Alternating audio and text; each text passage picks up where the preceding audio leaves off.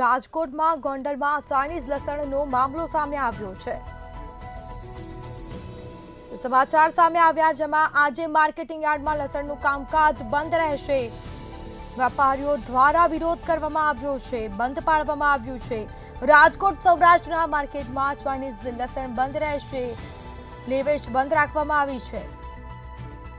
લસણ મામલે વિરોધ થતા યાર્ડ દ્વારા મહત્વપૂર્ણ નિર્ણય કરવામાં આવ્યો છે। તો બીજી તરફ માર્કેટિંગ યાર્ડમાં લસણની હરાજી બંધ રાખવામાં આવી છે, સખત વિરોધ કરવામાં આવી રહ્યો છે। માર્કેટિંગ યાર્ડમાં લસણની હરાજી બંધ રાખવામાં આવી। ચાઇનીઝ લસણ મુદ્દે ખેડૂતોમાં નારાજગી અને રોષ પણ જોવા મળ્યો છે। તો આજે માર્કેટિંગ યાર્ડમાં લસણનું કામકાજ બંધ રહેશે।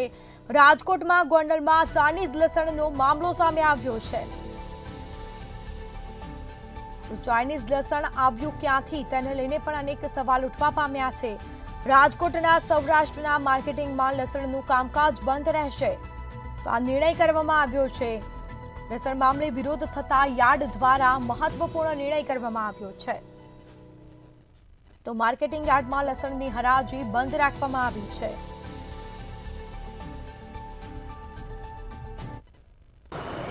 ગોંડલમાં 30 કટ્ટા લસણના એટલે કે ચાઇનીઝ લસણના જે મળી આવ્યા ત્યારબાદ વિરોધનો સૂર ક્યાંક પકડાયો હતો।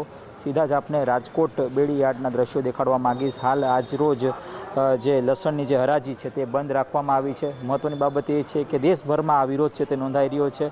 આ સાથે કહી શકાય કે જે રાજકોટ મર્ચન્ટ એસોસિએશન એટલે કે યાર્ડના જે મર્ચન્ટ એસોસિએશન તરફથી આ હરાજી બંધ રાખવા ક્યાંક અપીલ પણ કરાવવામાં આવી છે।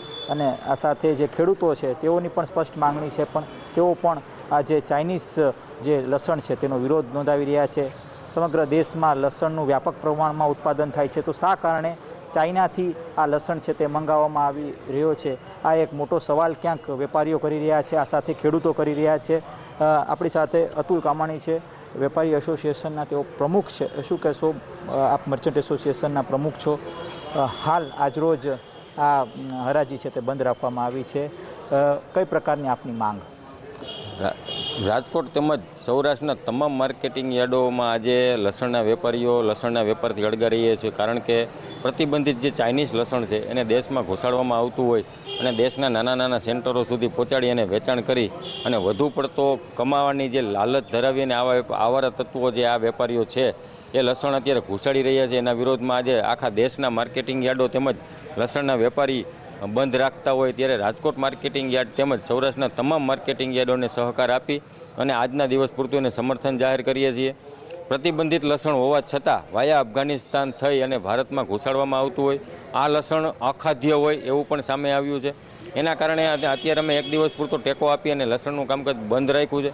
આમ જોઈએ તો આપણા દેશમાં લસણનું ઉત્પાદન વિપુલ પ્રમાણમાં થાય છે અને આ વર્ષે ખેડૂતોને ભાવ પણ સારા મળે છે। 4000થી લઈ અને 5000 સુધીના ભાવ ખેડૂતોને અત્યારે મળી રહ્યા છે। ષડયંત્ર લાગે છે?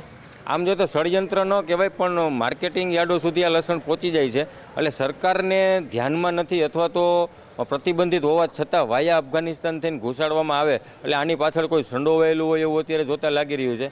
કારણ કે ગુણવત્તાની દ્રષ્ટિએ આપણું લસણ અને એ લસણમાં ઘણો ફેરફાર હોય છે। આપણું લસણ એકદમ સુગંધવાળું હોય છે, આ લસણ એકદમ ફીક્કું અને સાઇઝ ગાંઠિયો જે મોટો હોય છે, સફરજન ટાઈપનો ગાંઠિયો હોય છે અને ગુલાબી કલરની એમાં ઝાંય પડતી હોય છે એટલે વર્તાઈ જાય છે, છતાં આ લસણ આપણા દેશમાં સુધી પહોંચી જાય છે। એટલે આની પાછળ કોઈ સંડોવાયેલું હોય તો સરકારને અમે એક વિનંતી પણ કરીએ છીએ અને અપીલ પણ કરીએ છીએ કે આપણા દેશના ખેડૂતોને આર્થિક નુકસાન ન થાય એટલા માટે થઈ અને આ લસણ દેશમાં ઘૂસે છે એને પકડી લેવા જોઈએ। ગોંડલમાં આ બનાવ બન્યો તો 30 કટ્ટા લસણના જે ઘૂસ્યા હતા, ત્યારબાદ વિરોધનો સૂર ક્યાંક ત્યારથી સામે આવ્યું છે। શું કહેશો, એના પહેલાં અનેક વખત આ આવી ચૂક્યું હશે કે કેમ, કે પહેલી વખત ગોંડલમાં આવ્યું?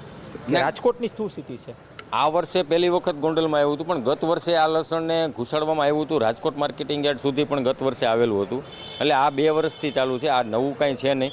પરંતુ ગત વર્ષે કોઈ માર્કેટિંગ યાર્ડે વેચ્યું નહોતું એટલે બહુ જાણ પણ નહોતી બધાને, પણ આ વર્ષે એનો સંપૂર્ણપણે બધાએ વિરોધ કરેલ છે અને આ લસણ માર્કેટિંગ યાર્ડ સુધી ન વેચાય, માર્કેટિંગ યાર્ડ સુધી ન આવે એના માટે માર્કેટિંગ યાર્ડો અને એના ચેરમેનો પણ અત્યારે એની ઉપર ચાપતી નજર રાખી રહ્યા છે। ચોક્કસથી કહી શકાય કે ગુણવત્તાની દ્રષ્ટિએ આ જે ચાઇનીઝ લસણ છે તે એક સવાલ ક્યાંક ઊભો થઈ રહ્યો છે કે ગુણવત્તાહીન હોવા છતાં આ ચાઇનીઝ લસણ કોણ ઘુસાડે છે? આ સવાલ ક્યાંક વેપારીઓ કરી રહ્યા છે. આજરોજ રાજકોટ માર્કેટિંગ યાર્ડની જો વાત કરવામાં આવે તો હરાજી છે તે બંધ રાખવામાં આવી છે અને એક દિવસનો આ ટેકો છે તે ક્યાંક રાખવામાં આવી છે, એટલે કે આ લસણની હરાજી આજરોજ નહીં થાય અને સમગ્ર ભારતમાં વિપુલ પ્રમાણમાં લસણની ઉત્પાદન થાય છે, તો શા કારણે ચાઇનીઝ લસણ નું જે આયાત છે તે થાય છે? એક સવાલ ક્યાંક વેપારીઓ કરી રહ્યા છે.